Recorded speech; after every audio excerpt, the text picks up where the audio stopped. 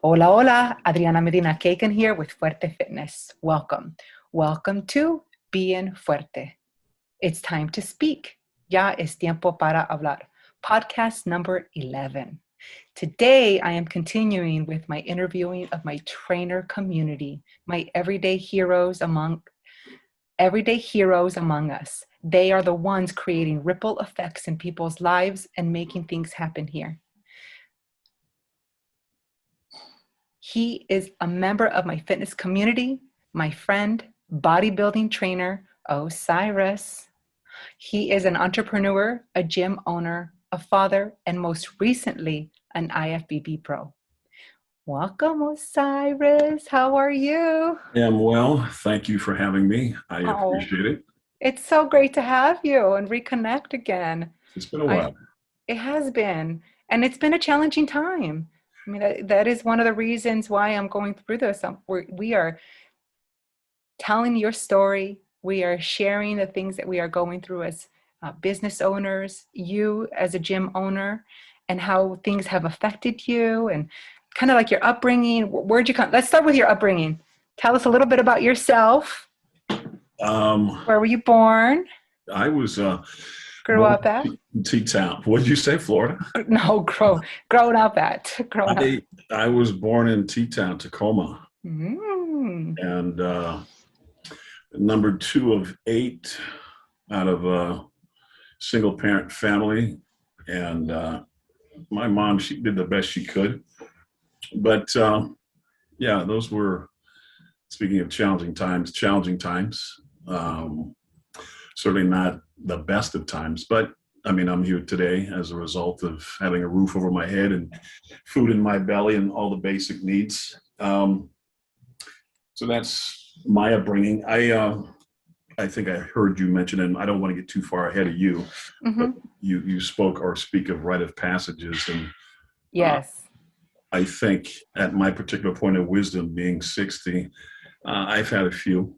And one of those was surviving my childhood, because 8 siblings with one parent who didn't really speak the language, basically only spoke German, was challenging. So do you consider yourself a person of color or biracial? I have always considered myself a person of color. Mm-hmm. Everybody has a preference. That's why I ask you. Well, for me, I don't know if it's a preference. It is what it is. Mm-hmm. You know, I mean, you have albinos that are also African Americans, and so I mean, I'm just saying I have all the features, and it's just innate in me. I mean, it has been for a long time. I remember growing up and speaking of a single parent, her always trying to, when I had hair, try to part my hair, which was kinky and thick, and it just didn't. She probably just didn't know how to do your hair. I mean, you got black hair, right? Yeah, she didn't know. And so, yeah, I've always considered myself a person of color. To date, my kids consider themselves, I believe, and at least from what I understand, people of color. But that is an interesting, I mean, there are so many different terminologies with a lot of things. But no, I consider myself a person of color. And you just say whatever you feel comfortable with, because I am a Latina, I am bilingual, and I say it and I live it. And it was hard growing up in Idaho, which was predominantly white. Yeah. So very challenging, and especially going through an education that was made for white people, not necessarily for us. Yeah. I hate to say that, but it is what it is, right? We can talk about it now, or we can address it. So, well, I think, go ahead. And your kids, are they both, what's the? they're I'm not going to assume, I'm going to ask. They're mixed. I mean, they're mixed. I have 2 boys and 2 girls, and they're all mixed. All their mothers were white or Caucasian or whatever, and so they're having to also pretty much come into their own in terms of. And I think you had to ask, and I'm assuming they're having to choose whether they're white or black per se. They don't have to choose. They could just say what they are. It's like, who's going to put us in a box, right? I just remember my youngest daughter, as she's getting ready for college and all these applications, they have all these boxes, black, white, this, that. And she's like, well, Dad, I'm not black, I'm not white. There's no box for me. It's And called other. well, no, because we're not other. What is other? And so Others. I just told her, you have to choose your battles, get through college now, and then deal with that later. Because if you let that stymie you now, you won't get your degrees. Mm-hmm. And so she graduated, but it is an interesting point because there is no box for people that are mixed. I mean, you have black, you have white, you have other, but what is other? Well, I say indigenous. I do. I did my DNA test, and that came out 56% Native American Indian, Hmm. of the Americas. And that spans from Canada all the way down to Brazil. So all the Americas. Okay. And so I consider myself uh, Native American. And then the next box is Latino. Okay. Well, I have yet to do that. I guess I don't really understand or know my lineage. I mean, Mm-hmm. my mother was from Germany and my dad was from the South, Mm-hmm. or black. And so growing up in the 60s, things weren't as Yeah. broad as they are now. Racism was kind of on the DL, but it was there. Times are certainly different from growing up in the 60s. And so, yeah, I'm a person of color. And I suppose at some point I should probably do it to figure out my lineage. Where do I come from? Who are my people? Yeah. Um, If you want. Sometimes it's not something that you want to dig into. Some people never unpack that, and some people do. well, It's a preference. my oldest daughter, she's been kind of doing that on the periphery. She's curious. Mm-hmm. But I struggle with that only because so much time has gone by. And I know I Mm-hmm. got people in Texas, I got people in Louisiana. I actually have a first or second cousin in Kent, of all places. She's an ordained Mm-hmm. minister, and a life coach. But you wonder about so much time over the bridge, under the bridge. What's What, important? Yeah. yeah, yeah. So currently, yeah, I'm not even tripping with that. As long as my kids are safe and healthy, that's currently where I'm at. I'm That's not dissuading it, and not, you know, I'm okay with where I'm at right now. mm-hmm. And rites of passage. So the first one was Yeah, growing up, surviving your childhood. yeah, indeed. Like I said, with 8 siblings Mm-hmm. and one parent, it was certainly challenging to Mm-hmm. kind of find inspiration, motivation. Who do I look up to? It was easy to get in trouble. Mm-hmm. Um, and I'm fortunate that, and this is, I suppose, the other one, that the military was there, and Yes, I want to talk about that too. I made a What got? I made, Sorry, what got you into that? well, just that. I mean, growing up, I realized as I got older, 16, 17, that I was getting in more situations, if you will. And Like I, trouble? yeah, I mean, yeah, I That's all mean, right. Yeah, what's I my, got into trouble a lot. I was a fighter. yeah, If you can't tell, there was a lot of aggression there, a little bit of rage, a little bit of just injustices, right? And we internalize them. We put, as humans, meaning onto it. And so then it shapes our lives. did you have dual parents or did you? No, I had a single mother. Okay, I yeah, did. so it's Single hard. mother with Yeah, 8 kids as well. And I was the youngest in that family. And yeah, then, so it's a so, challenge. Cultural beliefs, gosh. yeah, Latino families. She yeah. was, Tejana, born in Texas. So it's a whole nother layer. So there's lots of layers you got to peel back and just figure out what is important. And, it shapes you. Rites of passage shape you. Well, they should. Well, let me take that. You can learn from them, Mm-hmm. and some people don't, and then the things are repetitive. But I think these rites of passages, or even the mistakes we make as we traverse, if you're smart enough to learn the lessons, I think then you grow. And again, if you don't, I have a nephew who is not learning as a result. And so, anyways, yeah, in '78, I made a choice to join Uncle Sam's army and get out of Tacoma. And I think that was a good choice. Traveling. Did you travel? I did actually. As soon as I got out of the boot camp, I was on my way to Korea, Wow. and I spent a year in Korea, a Mm-hmm. place called Camp House, and that was interesting. It was kind of not a culture shock, but definitely a different culture. Opening your eyes, huh? Yeah, Different. yeah, Anytime you live outside of the US, I think it definitely opens you up in so many yeah, areas, culture, yeah. people, um, Yeah. traditions, what they do, how they introduce them, to how they bow, how they, like in Mexico, they kiss you, Yeah. cheeks, both cheeks. It was good. Um, I did that for 5 years and came back to the States. I think in '79 or '80, and Mhm. oddly enough, did a stint at Fort Lewis. Um, I think a year at Fort Lewis, which was interesting because that's where I'm from, Tacoma. Mhm. So it was interesting to be stationed there.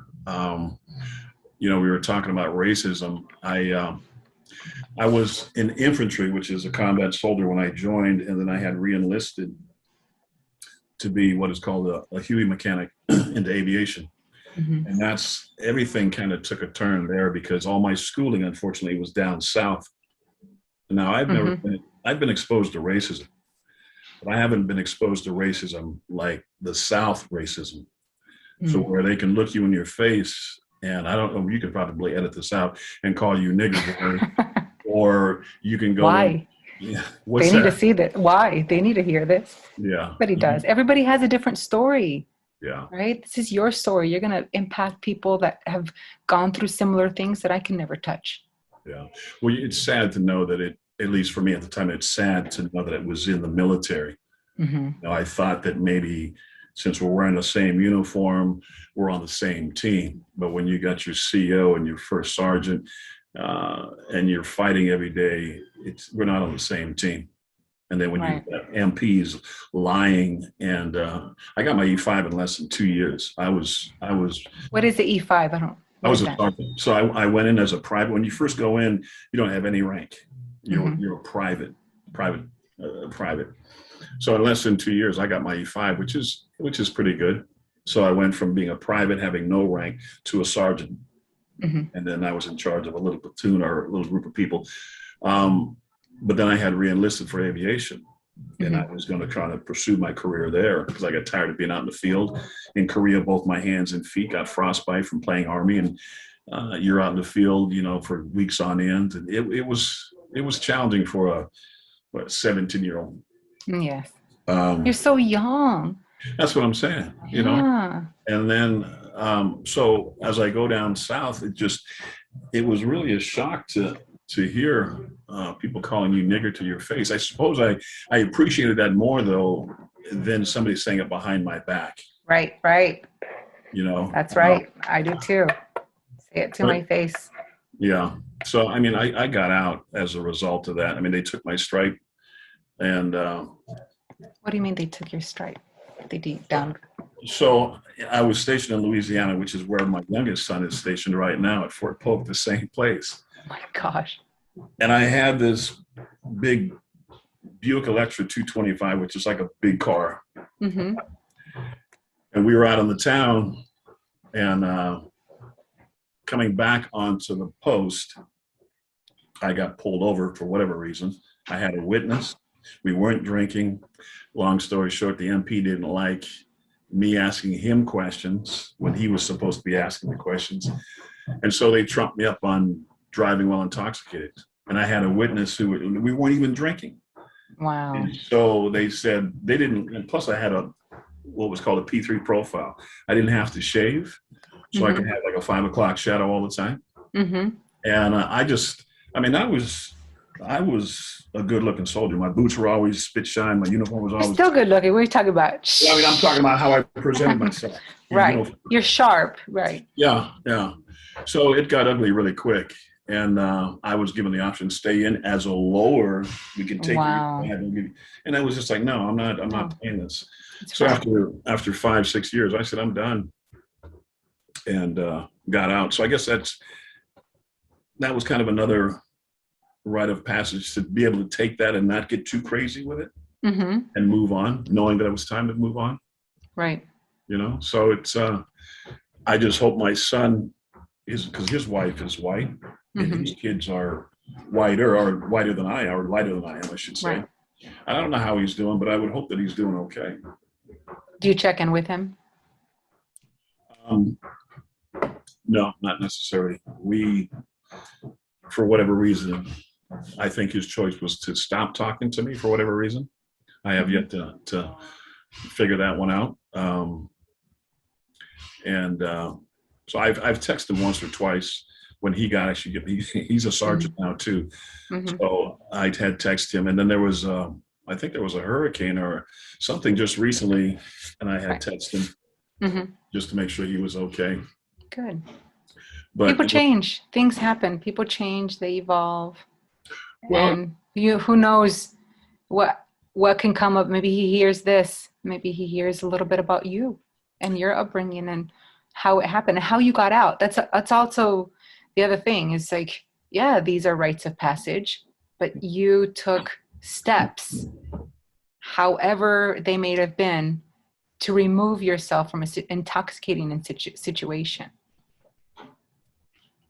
Right? Well, yeah, for me, I won't deal with any kind of racism. And I'm not a racist, and I think people should be treated fairly and with respect and dignity. And Yes. when you're on the same team, you're not, especially in that environment, you're not going to be doing that kind of thing. And so that was definitely a good learning lesson. Yes. So and rites of passage happen so often through. I mean, you have a lot. I know you have a lot you can talk about. Well, I suppose I do. You direct it, because I also want to talk about, your cancer and other things that you went through. Well, I know you have kind of a what am I looking for? I know you have a series that you're going by, or steps you're going by. It's open. I will talk to you about your life and whatever this conversation directs us to, and then that's what we're going to have to talk about. I'm fine with that. I mean, well, you mentioned cancer. I suppose I am a cancer survivor. Yes. I should have said that in your intro. Well, I mean, some people want to talk about that and some people don't. So yeah, I'm on the edge with that, because it's like, you do something thinking it's going to remedy the situation, and then you still have the cancer. So in a way, it's kind of like it's like a slap in the face. I didn't really have a relationship with my dad, but I knew a couple of years ago before he passed, he had cancer, and we had the ability to talk briefly. And he was one of the position that you should never go underneath the knife. And I should have not ever gone underneath the knife, because I still have cancer. Yeah. My numbers are still high. And I altered my whole disposition thinking I was going to eradicate it. I suppose I was fortunate that it was covered and I didn't have to pay for it. But yeah, I mean, those are life. You've got your kids saying, "What are you going to do, Dad? What are you going to do? It's stage 3, stage 4." And then you have your partner; she's freaking out. And so, I guess I regret one of my choice, but I also am thankful that I'm still here. That's right. You are. You're here, and you Yeah. have all your limbs, and you were able to compete last year. Yeah. How amazing is that? Yeah. Well, I mean, there are some, what do you call it? There are good things. Grateful. You're grateful for things that you can be grateful for. And then oddly enough, my dad, he passed from a stroke, but he had prostate cancer too. And so it's just, I don't know, it's just interesting. Choices. It is. I always tell my clients, make good choices and good things happen. And so and then just live with what you made and choose something else. You can always do something. You did. I mean, I've known you for 20 years and I've seen you go through so much. I've seen you switch 2 locations. I've seen you start over again. Yeah. I've gone with you to educational courses like Landmark. I've gotten trained by you. I got my ass kicked by you. I will never forget. So people will know. I will never forget. Before I started training with you, you said, "Are you in a relationship?" And I said, "Yes." And you're like, "Okay, you should probably end that right now. You need to stay focused." And I was like, I'm not gonna, this guy is crazy. Yeah. And then we break up in the middle of it, and you're like, we're working out, and I'm crying, and you're like, okay, you can cry. All right. Are you done? All right, now pick up that barbell, put it right back on your back, and finish your set. Yeah. I was like, Yeah. But look what you achieved, though. yes. You did really well. Yes. You were serious. That's why I I was trained with impressed. you. Yeah, I was really impressed. So you're right. I had a client. She is a neurologist. I haven't spoke to her in a while, and she would always tell me, "You just have to find a different way of being," which is true. After the surgery, now I'm a different person. So You change. yeah, You grow. you do. You learn and you live and you move on, and I'm fortunate. So Right. that was my cancer story, or is my cancer story. Right. Um, And you're alive, and you were able. How long ago were you diagnosed, by the way? I was diagnosed back in 2009, and had the surgery back in, I think it was 2009, 2010. And we just check every 6 months, because my numbers are still crazy and they don't know why. But I'm not going to do the whole whatever they're thinking about, chemo or radiation, and just on a goose chase. If you don't know where it is, we're not doing any of that stuff until you know where it is. Mm-hmm. I think, And if you want to try something, as many as some people are like, okay, this is what I'm dealt, and I'm just going to live with it. I'm going to do the best I can. And some people are asking for the doctor to do everything that is possible to save their life. Like, well, right now I think we've done enough. right? Because it's been 12 years. Yeah. So I just realized that was when. Osiris, do you remember around what time? Because I remember my brother died that year. Do you remember? I remember you saying that. Yeah. Well, you came to see me at the studio. Yeah. I don't know exactly when. I just know it was in 2009. Mm-hmm. And oddly enough, the most recent bone scan we did, there's something they said they're not concerned with, but there's something on my hip or relative to my hip. They're not sure what it is. So I don't know. I try not to, I take the VA with a grain of salt. One, I'm happy to have free medical as a result of my service in the military. But I wonder sometimes, I see so many different people so quickly that maybe they're not seeing something correctly. And I don't have outside insurance to get a second opinion. So I'm not going to get, I'm 60.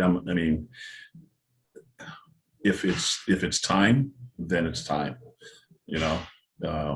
so I'm not. I feel there's an injustice there. I mean, the way we treat our veterans is just wrong. Well, I really do. There's just not enough funding. Yeah. I mean, think about how much funding goes into prison systems, and yet you can't take care of our military. Well, the prison system, that's a whole other conversation. Oh yeah. You may have to have a whole other podcast series based on that. We're gonna touch on everything, and then we're gonna refine. I'll have you back on, and we'll refine certain things. Because that's been proven to be factual about what they're doing. Oh God, yeah. It's an extension of slavery. That's what it is. It is. And, you look at this last administration that we had, who was looking to take us back to a different particular time and almost succeeded, and that's why there's so much turmoil now, because a lot of these stones have been unturned, and some of these people have crawled out from underneath these rocks, and they're not going back. And so it's going to be another interesting time period. It's amazing. It's amazing. Yeah, it's amazing. He had that many followers. But anyway, let's talk about you, please. Yeah. So did you open up your studio? I'm interacted with you. So I've known you since 2002. Wow, July. And we all worked at 24 Hour Fitness together. You opened it back in the day. Right. And you were already prior to me being in, because I remember seeing bodybuilders come to train with you at 24 Hour Fitness. So you were already in the fitness industry prior to that, and also in the competition circuit. And then you left first, I believe. Did you go to Urban Kinetics or did you go I to went to Gold. Frankie's gym? Oh, Well, I went to Gold. for a while. First of all, I was walked out of 24-hour fitness. Why? What happened? I'm not exact. Well, one, I don't fit that wind me up, sell. Right. And Oh, we could I, talk about that. I used to have to hide my brow piercing and maybe not let my tattoo show, even though the clients we were dealing with that were coming in there looked similar to me, if not worse, Well, respectful. that's why they hired you. Yeah, but I was walked out, I think, by 3 people, and um, it's I often wonder what I don't know. So, anyways, at the time, my partner was in law school, Mm. and she's like, "Don't worry about it," because Washington is at what is it? They call it at will. They Work can at will work. They can let you so go at any time. terminate you for anything at any time. So I went to Goals Mm-hmm. Gym, Mm-hmm. and I worked there for I think a year or two. I don't do well in the corporate environment. I think that's what it is. And there's also another layer in there because I remember Chip and other people Oh, were there, and I felt like that was a little mafia-ish, it so to was. speak. It It was. was. If It you really look, was. I, We can talk to I think other people Dave, that were about birds, I yeah, think. there was a guy by the name of Dave. I can't remember his capacity, but he was like Chip's. Dave Cappy or something. Yeah, he used to Yes. always get. He would. I don't know. You're right. It's mafia because he would come into work with black eyes. This that. That was yeah. It was corporate, but then it was also mafia. Mafia. Mafia. Um, Because Dave also opened up, what was that? On Second Avenue. Do you remember? Or there was one on Third. on Third Avenue. What Ah, was the name of that? He was. It was. It wasn't Dave. It was. There was somebody higher up. I want to say Mo, but it wasn't Mo. There was a higher up, older white gentleman. He opened it up with a Seahawks, ex-Seahawks player. was he? Oh, I know who you're talking about. He was a district manager here. Yeah, yeah. Yeah, because He, I he was a fitness manager under him, and it was just not good. I can't remember the name of it. I want to say Access. Hmm. Anyways, that was there for a minute. Um, but it's funny how small this community is. Oh yeah, Of and I people. just rolled in onto it like in 2002. So Yeah, I felt like I was just starting to get into fitness competitions. So yeah. then that door was open, and then where we were working at, and how I worked downtown, and then I moved to go manage the fitness department over in Kent. Gosh, living downtown Seattle, and then back to downtown Seattle. Yeah. That was just a whole different. So you went to Gold's, and then I also trained with you at Frankie's gym, wasn't it? Yeah.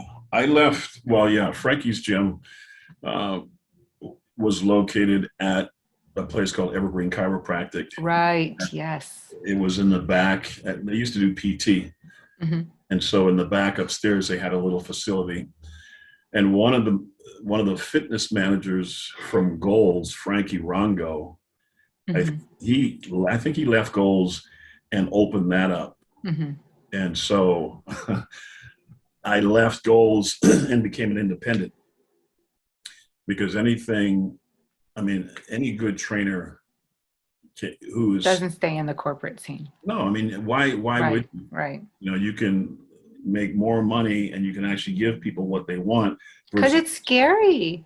There's your 401k. They yeah, layer it on with insurance that wasn't really all that great. yeah. And I mean, they get you and you stay there for a long. There's some people that stayed there a long time.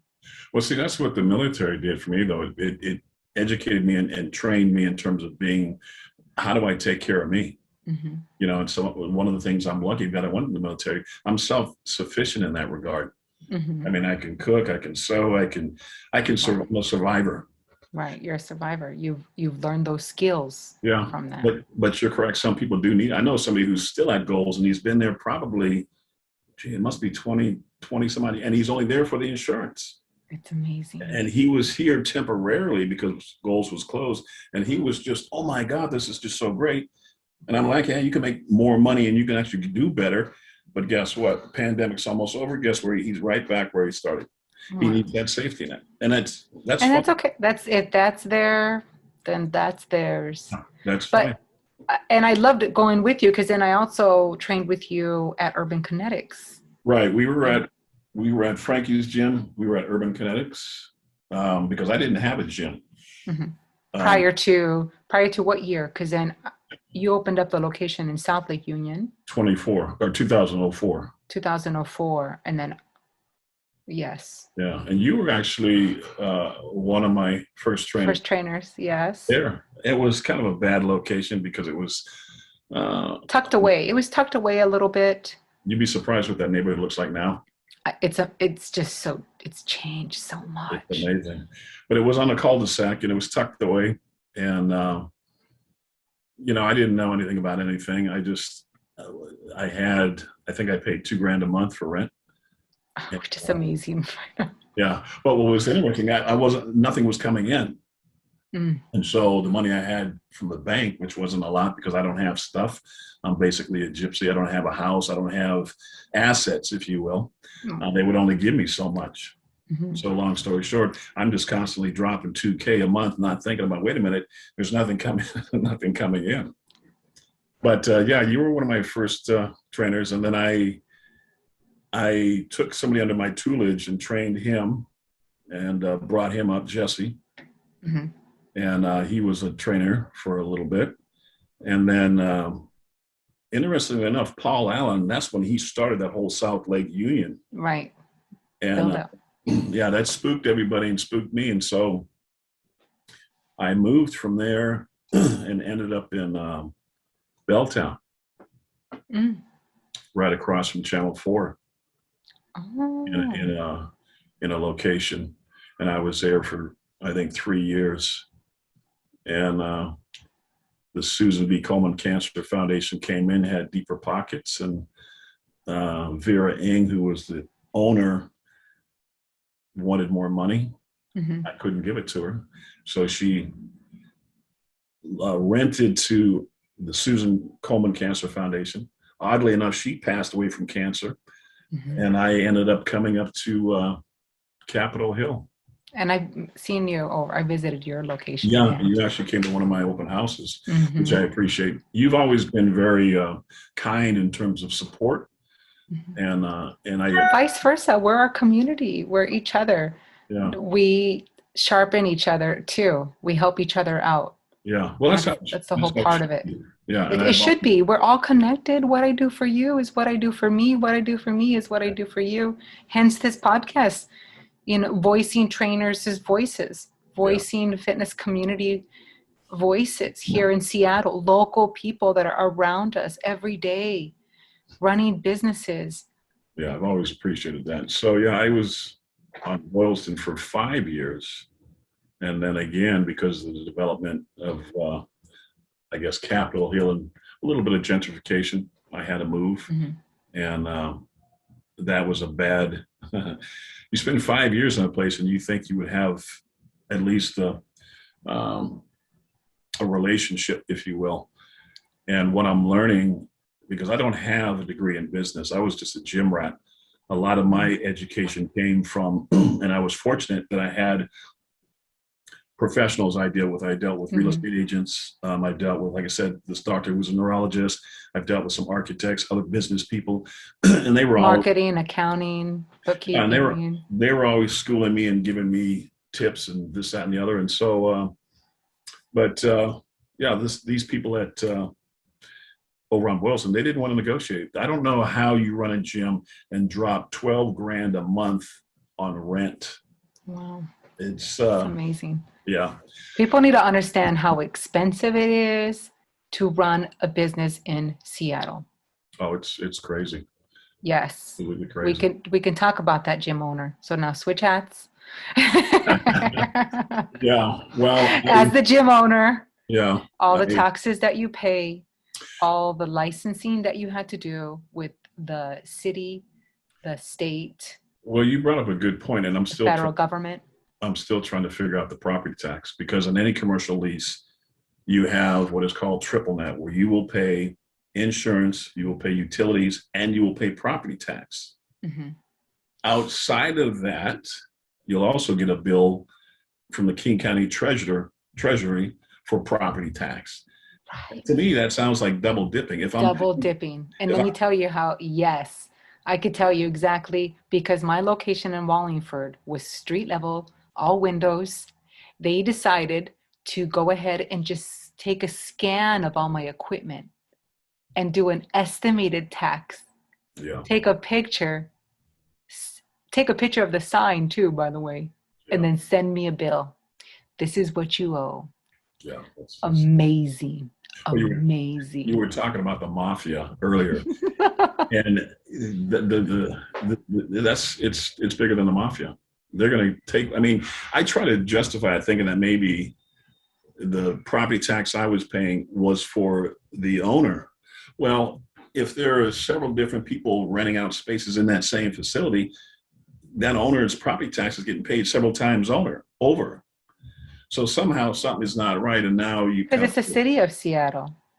Yeah. Then it's the city of Seattle as well.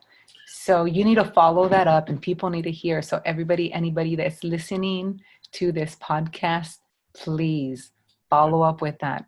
I am going to have more gym owners talk about this, because with COVID, it has really hit our industry. And what is the one thing that can help you with COVID is your health and fitness. Right.